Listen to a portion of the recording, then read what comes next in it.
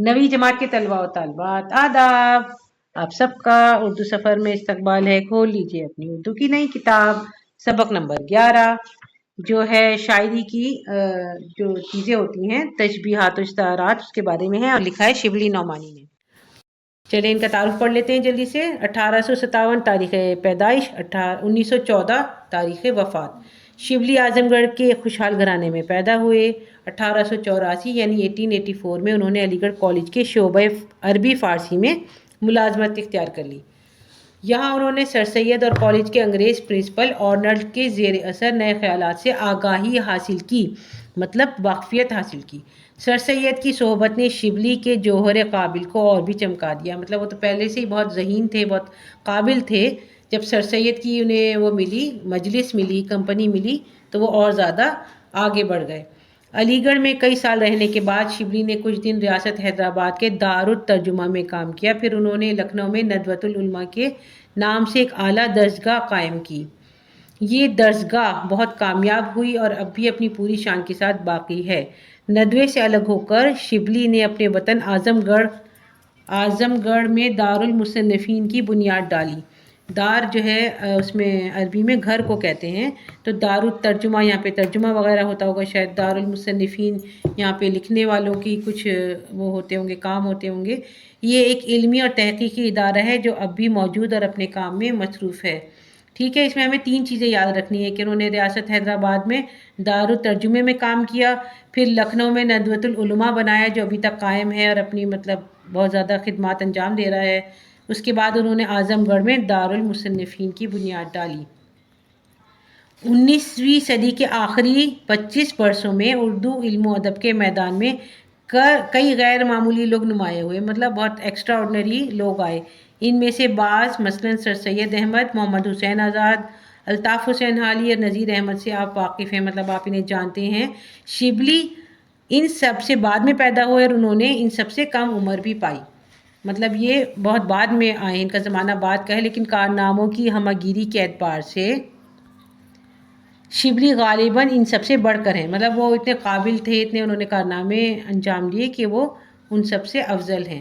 اس پورے گروہ میں یعنی اس پورے گروپ میں سر سید سب سے بڑے آدمی تھے، لیکن شبلی نے سر سید سے بھی زیادہ متنوع میدانوں میں اپنے نقوش چھوڑے، یعنی مختلف میدانوں میں کارنامے کیے۔ فارسی ادب، فارسی شاعری، اردو شاعری، تنقید، تاریخ ادب، فلسفہ، تاریخ، تعلیم، مذہب، سیاست، کون سا شعبہ ایسا ہے جس میں شبلی نے قابل قدر بلکہ اپنے معاصروں اور پیشروں سے بہتر کام نہ کیے ہوں۔ معاصر کا مطلب ہوتا ہے ان کے زمانے کے لوگ، ان کے ساتھ کے لوگ، اور پیشروں کا مطلب ہے جو ان کے بعد آنے والے یا ان کی وہ کرنے والے ہیں، مطلب جیسے ان کی نقش قدم پہ چلنے والے، ان کو فالو کرنے والے۔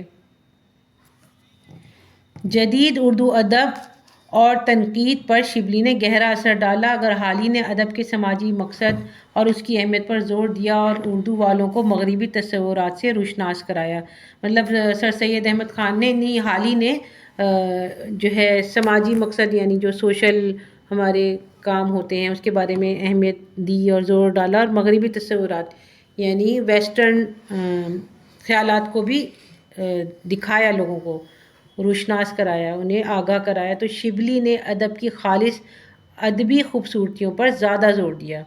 نئے زمانے کے کچھ خیالات سے بھی انہوں نے استفادہ کیا، مطلب انہوں نے اس سے فائدہ اٹھایا، لیکن ان کی بنیادی بات یہ تھی کہ ادب کا اپنا ہی حسن ہوتا ہے۔ خود ان کی نثر اس قدر خوبصورت اور مہذب ہے کہ ان کی تحریر پڑھ کر ادب کی خوبصورتی کا مطلب آپ ہی آپ واضح ہو جاتا ہے۔ جو اقتباس مطلب پارٹ ہم پڑھنے والے ہیں اس وقت ہمارے سامنے ہیں، وہ شبلی کی مشہور کتاب موازنہ انیس و دبیر 1907 سے لیا گیا ہے۔ موازنہ کا مطلب ہوتا ہے کمپیریزن، مطلب جیسے ہمارے سامنے 2 چیزیں ہیں، 2 لوگ ہیں، ان کے بارے میں ہم کمپیئر کر رہے ہیں کہ اس میں یہ خوبی ہے، اس میں یہ بات ہے، تو یہ انہوں نے کتاب لکھی تھی موازنہ انیس و دبیر۔ تو اس میں سے آپ کا ایک چھوٹا سا پارٹ سبق میں دیا گیا ہے۔ اس کتاب میں انہوں نے 2 بڑے مرثیہ گویوں یعنی انیس و دبیر کے شاعرانہ مرتبے سے بحث کی ہے۔ جگہ جگہ فن شاعری کے بارے میں بہت سی کارآمد اور خیال افروز باتیں بیان کی ہیں۔ مرثیہ ہوتا ہے جیسے جنگ وغیرہ میں یا کسی حالات میں کچھ غم کی داستان بیان کی جاتی ہے تو اسے مرثیہ کہتے ہیں۔ استعارات و تشبیہات، یہ ہے آپ کا سبق۔ یہ چیزیں حسن کلام کا زیور ہیں، بلکہ سچ یہ ہے کہ نظم و نثر اور تقریر و تحریر میں جو کچھ جادوگری ہے بہت کچھ انہی کی بدولت ہے۔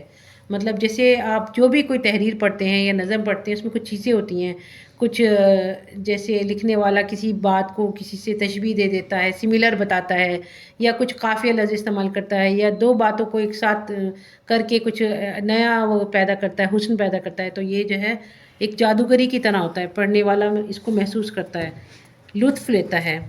بہت کچھ انہی کی بدولت ہے، لیکن جس طرح ہر چیز جب تک نیچرل حالت میں رہتی ہے اس کا اصلی حسن قائم رہتا ہے، جب تکلف اور تصنع شروع ہو جاتا ہے یعنی بناوٹ شروع ہو جاتی ہے تو اثر میں کمی آ جاتی ہے۔ اسی طرح تشبیہ اور استعارے میں بھی جب بقصد و تکلف، غرابت اور غیر معمولی ندرت پیدا کی جاتی ہے تو اصلی اثر جاتا رہتا ہے۔ مطلب تھوڑا تھوڑا نیچرل ہونا چاہیے، تھوڑا تھوڑا انسان اپنی اس کے لحاظ سے اس میں کچھ بات کو بڑھا سکتا ہے، لیکن بہت زیادہ نہیں کرنا چاہیے، بہت زیادہ کرنے سے اس کی اصل خوبصورتی جو ہے وہ ختم ہو جاتی ہے۔ اردو کی شاعری میں جس طرح اور بہت سے بے معنی تکلفات پیدا ہو گئے جنہوں نے شاعری کا اصل جوہر خاک میں ملا دیا ہے، اسی طرح تشبیہات اور استعارات کی حالت بھی بالکل بدل گئی ہے۔ اور لطف یہ کہ آج کل کے اہل سخن بد مذاقی سے اسی کو کمال سخن سمجھتے ہیں۔ مطلب شاعری میں کچھ ایسی چیزیں شامل ہو گئی ہیں جن کو کچھ لوگ سمجھتے ہیں یہ بڑے کمال کی بات ہے، لیکن اصل میں کیا ہے کہ انہوں نے شاعری کی اصل خوبصورتی کو مٹا کر رکھ دیا ہے۔ انسان میں فطرتاً یہ بات پیدا کی گئی ہے کہ وہ اشیاء کی تصویر سے لطف اٹھاتا ہے۔ ایک بدصورت حبشی ہمارے سامنے آئے تو ہم کو نفرت ہوگی، لیکن اگر کوئی ہو بہو اس کی تصویر کھینچ دے تو ہم کو لطف آئے گا، اور جس قدر وہ زیادہ اصل کے مطابق ہوگی اسی قدر طبیعت پر لطف اور استعجاب کا زیادہ اثر ہوگا۔ استعجاب کا مطلب حیرانی ہوتی ہے کہ دیکھو کسی نے کتنی اچھی تصویر بنائی ہے۔ جیسے کوئی ہمارے سامنے کوئی افریقن ہو تو ہم اسے اتنا اس سے نہیں دیکھیں گے، لیکن اگر کوئی اس کی تصویر بنا دے گا تو ہم جو ہے بہت زیادہ اس کی تعریف کریں گے، پر لطف ہو جائے گا اور حیران ہوں گے۔ چونکہ تشبیہ بھی ایک قسم کی تصویر ہے، اس لیے طبیعت کا اس سے محظوظ اور متلذذ ہونا ایک فطرتی امر ہے۔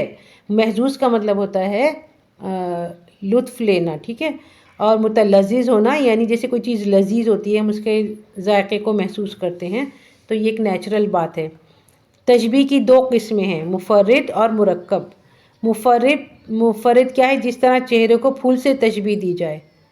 مرکب جس طرح کہا جائے کہ میدان جنگ میں گرد اٹھی تو اس میں تلواریں اس طرح چمکتی تھیں جس طرح شب کو ستارے ٹوٹتے ہیں۔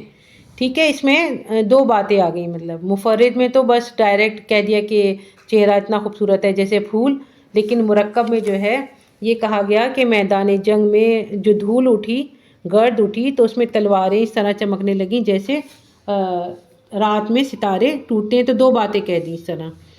مفرد تشبیہ میں چندہ جدت نہیں ہو سکتی، اولاً تو اس وجہ سے کہ مفرد چیزوں کی طرف ہر شخص کا خیال منتقل ہو سکتا ہے، کیونکہ جو ویسی چیزیں ہوتی ہیں ان کو ہر کوئی انسان دیکھتا ہے، محسوس کرتا ہے، اس کا خیال اس طرف جا سکتا ہے۔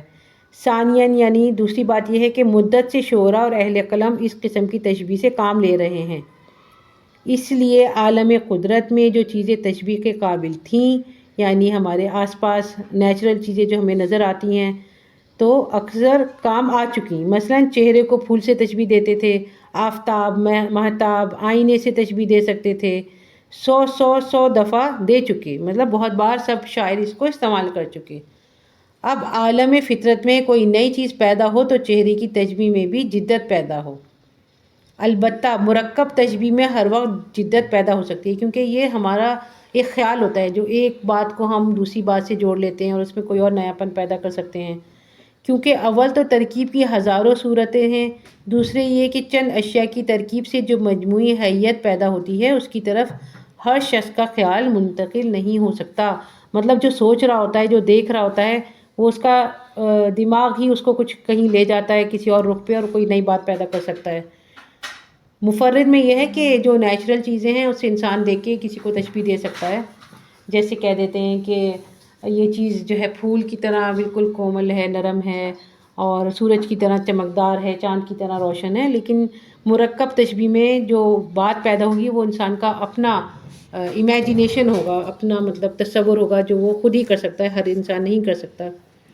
ایک نقطہ یعنی ایک پوائنٹ اور سمجھ لینے کے قابل ہے، تشبیہ کی اصل خوبی یہ ہے کہ مشبہ کی تصویر آنکھوں میں پھر جائے، اور نیچرل شاعری میں جیسا کہ قدمائے عرب کی شاعری تھی، قدمائے کا مطلب ہے پرانے، قدیم سے نکلا ہے یہ لفظ، یعنی جو پرانے عرب کی جو شاعری تھی تمام تشبیہیں اسی قسم کی ہوتی تھیں، لیکن ایک مدت سے ایشیائی شاعری نیچرل حالت سے دور پڑ گئی ہے، اس لیے آج اس قسم کی تشبیہات کا ڈھونڈنا بے فائدہ ہے، مطلب اب بالکل بدل گئی ہے، اب نیچرل چیزوں کا استعمال جو ہے اس میں کم کرتے ہیں لوگ تشبیہات میں۔ تاہم تشبیہ کی جو خوبیاں جس قدر میر انیس کے کلام میں پائی جاتی ہیں، اردو زبان میں ان کی نظیر نہیں مل سکتی، ان کی مثال نہیں مل سکتی۔ ان کی تشبیہات میں جو خصوصیات ہیں ان کی تفصیل حسب ذیل ہے۔ شروع میں ہم نے پڑھا تھا کہ شبلی نعمانی نے جو کتاب لکھی تھی موازنہ تھا اس کا، انیس اور دبیر کا، دو شاعروں کا، تو اب ہم وہ پوائنٹس دیکھ رہے ہیں، ٹھیک ہے، کہ جو انیس کے کلام میں جو خوبی ہے اس کی مثال کہیں نہیں نظر آتی، جو مطلب انہوں نے تشبیہات استعمال کی ہیں۔ اکثر تشبیہات مرکب ہیں، ٹھیک ہے، نمبر ایک اکثر تشبیہات مرکب ہیں، نمبر دو اکثر تشبیہات قریب الفہم اور سریع الانتقال الی الذہن ہے، اور یہی تشبیہ کا بڑا کمال ہے، ٹھیک ہے۔ پہلی بات تو سمجھ میں آ گئی کہ ان کی جو تشبیہات ہیں وہ مرکب ہیں، جس میں دو باتوں کا استعمال کیا گیا ہے۔ دوسرے میں جو لکھا ہوا ہے کہ اکثر تشبیہات قریب الفہم، قریب الفہم کا مطلب ہوتا ہے جو آسانی سے سمجھ آ جاتی ہیں، فہم کا مطلب سمجھ، قریب کا مطلب جلدی سمجھ میں آ جاتی ہیں۔ سریع الانتقال الی الذہن، سریع کا مطلب ہوتا ہے جلدی، انتقال کا مطلب آ جانا، منتقل ہونا، الی الذہن یعنی جو چیز ذہن تک جلدی سے پہنچ جائے، ٹھیک ہے۔ یہ کافی مشکل جملہ ہے لیکن آپ اس کو سمجھیں گے تو آپ کو سمجھ میں آ جائے گا۔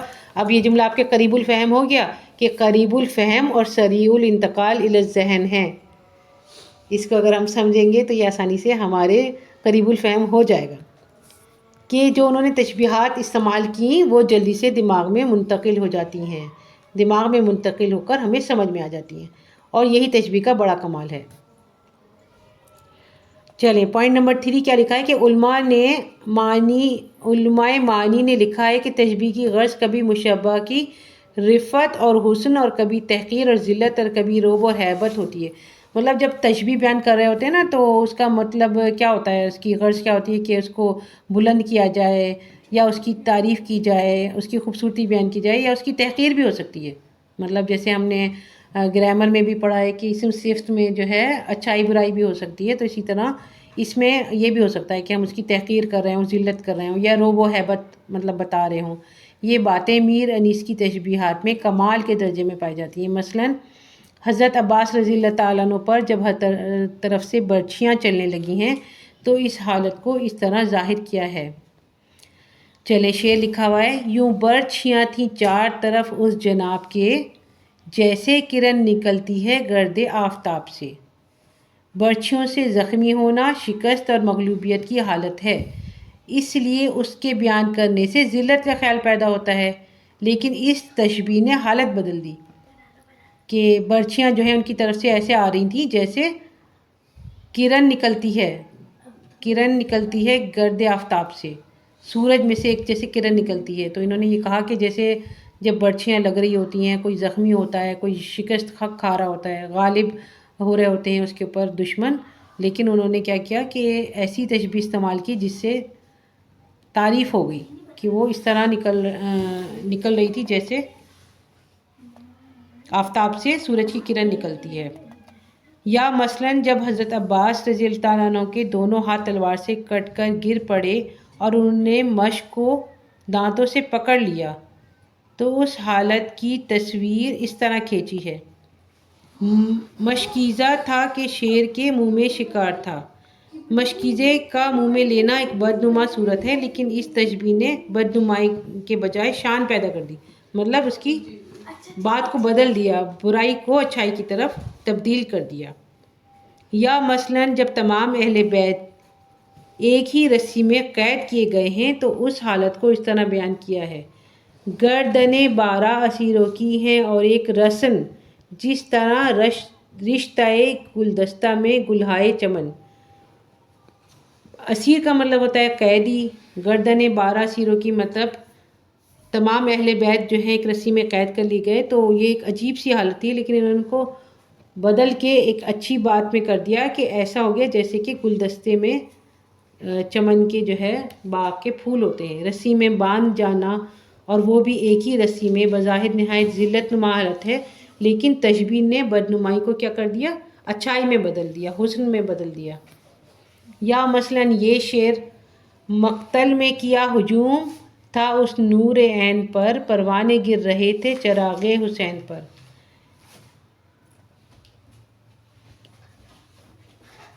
یا مثلاً ان اشعار میں تشبیہ سے دشمن کی ہیبت اور بدنمائی پیدا کی ہے۔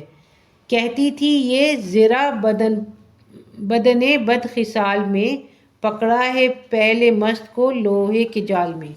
گھوڑے پہ تھا شقی کہ پہاڑی پہ دیو تھا، سینے کے تھے کواڑ کہ خیبر کا بند باب۔ تنور گرم تھا شکم خانماں خراب۔ ان سارے شعروں میں انہوں نے کیا کیا ہے کہ تشبیہ سے بات کو بدل دیا ہے۔ آگے ہے کہ جوش غضب سے سرخ ہوئی چشم نابکار، مثل تنور منہ سے نکلنے لگا بخار۔ ان اشعار کو پڑھنے کی اور سمجھنے کی اتنی ضرورت نہیں ہے، کیونکہ یہ تھوڑا تھوڑا اس میں فارسی کا اثر ہے، لیکن بس مین پوائنٹ یہی ہے کہ تشبیہ سے بات کو بدلا جا سکتا ہے۔ کہ مطلب اس وقت جو ہے بہت زیادہ غصہ آ رہا تھا، غضب ہو رہا تھا، آنکھیں لال ہو رہی تھیں، یا پھر یہ کہ جو ہے وہ جس وقت جیسے یہ اس کا انہوں نے وہ بیان کیا ہے،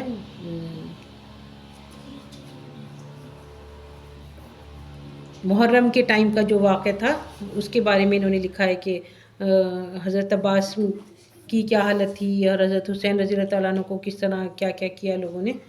آگے لکھا ہے کہ پوائنٹ نمبر 4 میں محسوسات سے جو تشبیہ دی جاتی ہے نہایت عمدہ خیال کی جاتی ہے، کیونکہ محسوسات رات دن محسوس ہوتے رہتے ہیں، جو ہم فیل کرتے ہیں، جو ہم دیکھتے ہیں، تو ہم اس کو اپنی شعر میں بیان کرتے ہیں، اسی لیے ان کے ذکر کے ساتھ فوراً ان کی صورت ذہن میں آ جاتی ہے، ہم تصور کرنے لگتے ہیں۔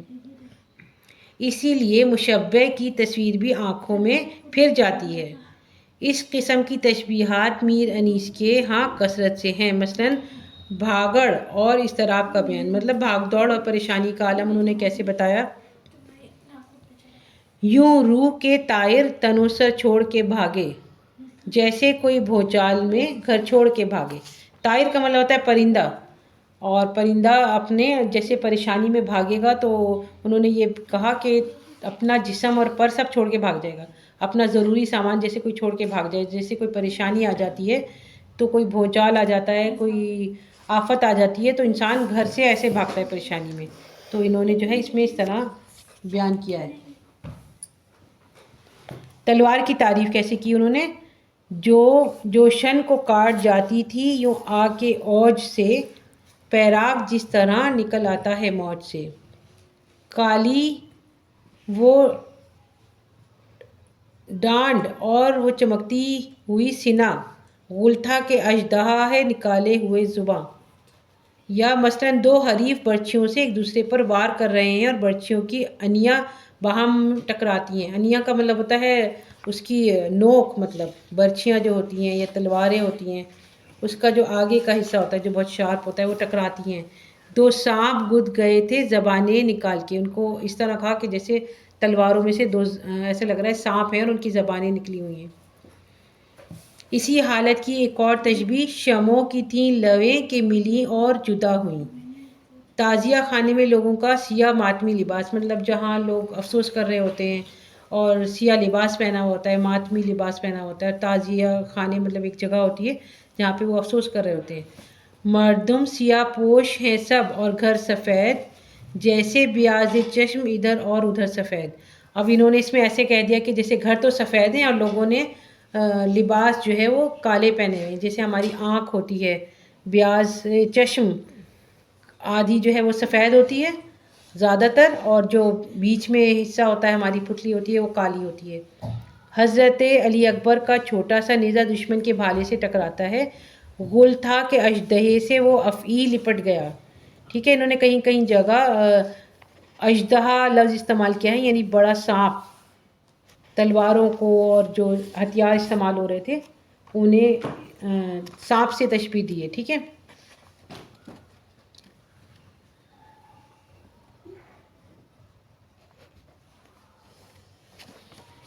آگے ہے غیظ اور غضب کی حالت، یعنی غصے کی حالت کو کیسے بیان کیا انہوں نے۔ یوں غیظ تھا عمر کی طلب سے دلیر کو، جس طرح ٹوک دے کوئی غصے سے شیر کو۔ ڈھال پر تلوار کو آسانی سے روک لینا کیسے بیان کیا۔ یوں روکتے تھے ڈھال پہ تیغ جہول کو، جس طرح روک لے کوئی شہزور پھول کو۔ اس میں مطلب جیسے ڈھال ہوتا ہے نا، شیلڈ ہوتی ہے جس سے بچایا جاتا ہے اپنے آپ کو، تو اس میں انہوں نے شعر میں یہ کہا ہے کہ ڈھال پہ ایسے روک لیتے تھے جیسے کوئی بہت بہادر انسان پھول کو پکڑ لیتا ہے نا، تو اس کے لیے کوئی مشکل کام نہیں ہوتا۔ خزاں کے موسم میں پتوں کی حالت کیا لکھا ہوا ہے کہ پتے برنگ چہرہ مدقوق زرد تھے۔ بعض جگہ تشبیہات سے مبالغہ مقصود ہوتا ہے، اس قسم کی تشبیہیں میر صاحب کے ہاں نہایت اعلیٰ درجے کی پائی جاتی ہیں۔ میر صاحب کے ہاں جو ہے فی الحقیقت ان سے تشبیہ کی اصلی غرض نہیں حاصل ہوتی، کیونکہ مبالغہ خود ایسی چیز ہے جو اصلیت سے دور کر دیتی ہے۔ مبالغہ کیا ہوتا ہے؟ کسی بات کو بہت زیادہ بڑھا کر بیان کرنا، اتنا بڑھا کر بیان کرنا کہ وہ جو ہے بات جو ہے اصلی نہیں رہتی بلکہ بناوٹی ہو جاتی ہے۔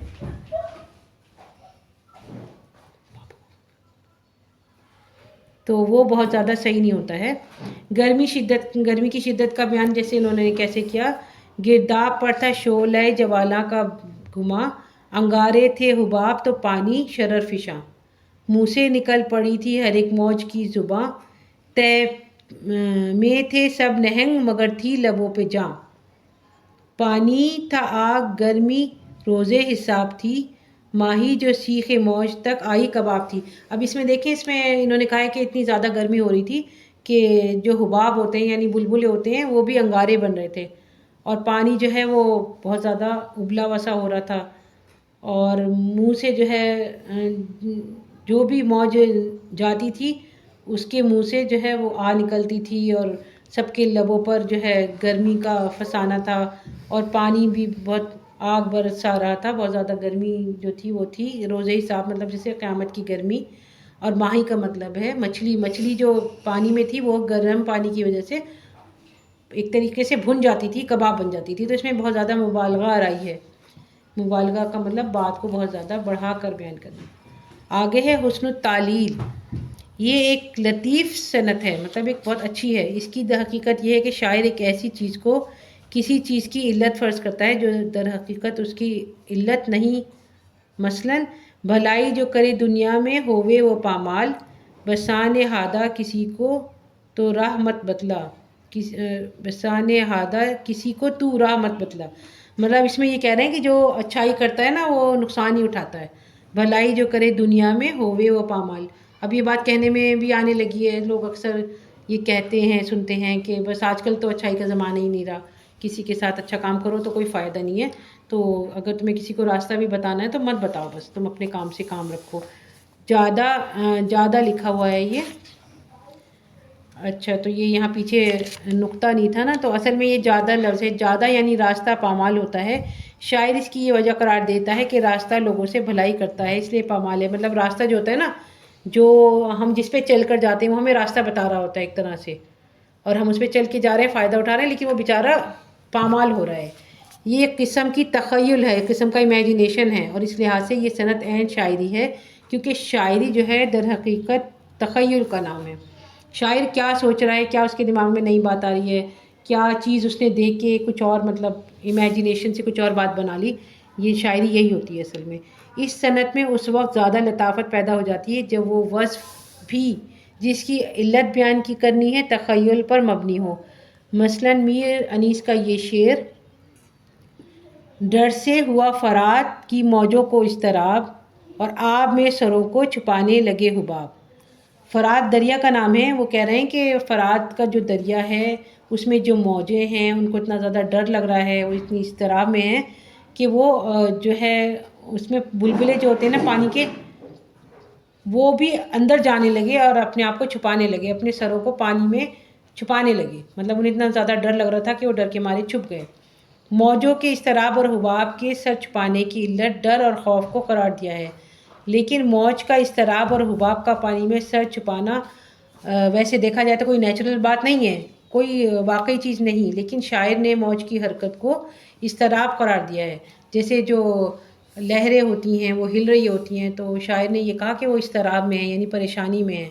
اور حباب یعنی جو بلبلا ہوتا ہے پانی کا چھوٹا سا ببل جو ٹوٹ جاتا ہے، تو اس کو فرض کیا کہ اس نے پانی میں منہ چھپا لیا ہے، مطلب وہ ٹوٹ گیا، وہ یہ کہہ رہے ہیں کہ وہ جو ہے چھپ گیا، وہ اندر چلا گیا، ڈر کے مارے اس نے اپنا آپ جو ہے چھپا لیا۔ اس صنعت کو میر انیس نے اکثر جگہ نہایت خوبی سے برتا ہے۔ یہ سبق کافی مشکل ہے، اسی لیے ہم بس اتنا ہی کریں گے، اور آپ کے یہ الفاظ معنی ہیں اور آگے کیا کیا چیزیں ہیں وہ ہم بعد میں دیکھیں گے۔ اب آپ اگر اس سبق کو اچھی طرح سے سمجھنا چاہتے ہیں تو دوبارہ اس کی ریڈنگ کر لیجئے، تو آپ کو اور اچھے سے سمجھ میں آ جائے گا، اور اگلا ویڈیو دیکھنے کے لیے ضرور آئیے گا اردو سفر پر۔ پھر ملتے ہیں۔